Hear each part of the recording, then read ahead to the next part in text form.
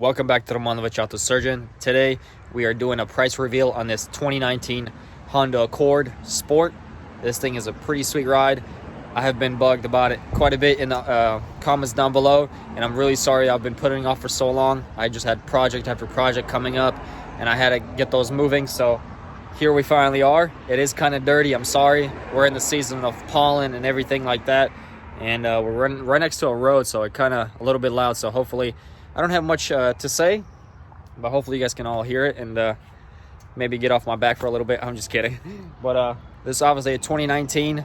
We bought it, I believe, with only 7,000 to 8,000 miles on it. Front end damage obviously hit. I'll link a video down or up here, one of the cards that will come up, and I'm pretty sure I have all the process of rebuilding it and everything and all the videos on that. It turned out really nice. So the price of the auction and all the fees after that, it came out to around 6.5, so 6,500.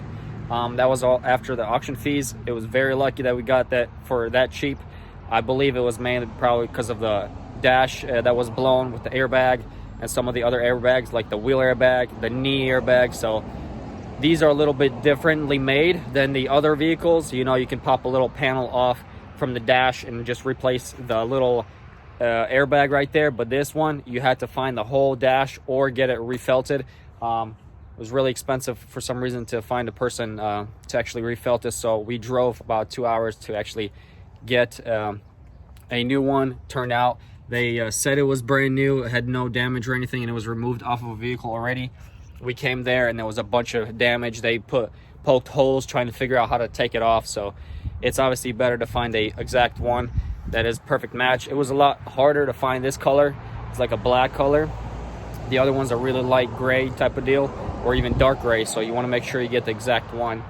But I believe one of the headlights was damaged on this thing. I believe it's this side, because this side was mainly painted. This fender was, and I don't know if you can pick it up by the camera, but we went with the cheaper paint the first time, and so if you can tell, this is the original paint and this is not, and this is not.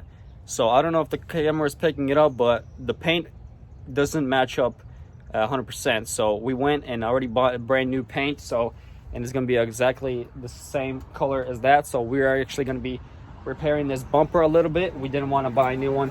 It has a little bit of damage right here and some scuffs right here, so I will sand that all down, make it perfect. And same with the hood and this part, and it's all gonna get repainted to match the rest of the vehicle. But when it gets darker, you can't really tell that it doesn't match. Oh, maybe right here, see, I think you could tell a little bit. This is a little bit darker, more purplish, and this is more bluish. So yeah, but it's all right. You know, you live and you learn, and practice and trial. But this time we're gonna paint it to exact specs. But final price that you guys been probably waiting for the longest time, I think I'm talking too much, is with all the repairs and everything and all the parts, I believe it came out to around $12,000, something like that. Obviously we didn't charge for labor because I do all the labor. Then my brothers also helped me, like, you know, assemble some stuff, drive and pick up all the stuff instead of purchasing it and waiting for it. But yeah, $12,000. I think for a vehicle having only 8,000 miles or something like that for $12,000, and this thing is worth, I think, MSRP, if I'm saying that correctly, around 24. But yeah, it's a huge difference. Obviously, I think it was a really nice win for my brother. He definitely loves it, enjoys it. It's got a sport mode on it. It's really quick. I love it. Gives it also a nice lower growl type of deal. But as you can see, we did go with a different grill. This usually has like chrome strips on it, but he really liked the blacked out. Really nice. Also went with a aluminum hood instead of the steel because it's a lot heavier. So this one's a lot lighter, makes it nice and perfect. No vibrations, no noise or anything like that. But yeah, everything inside is perfect. Let's go ahead and show you that. But yeah, it's just an overall really nice car. Oh, there you go. Maybe you can tell right there. You see that? Yeah, you probably can. There's way blue, and that's a lot purple. I really like the purple color though. So we're definitely gonna be repainting it here real soon. Overall, very nice, very sleek, love it. And he decided to leave these little accents that they have on the wheels, little blue marks. Actually pretty nice, I'd say. Makes it a little bit different than, you know, than OEM. But here we go. I'm gonna step in. Got the nice Type R badging right there on the rocker arms. Here, gonna go and sit down. Got the paddle shifters, of course.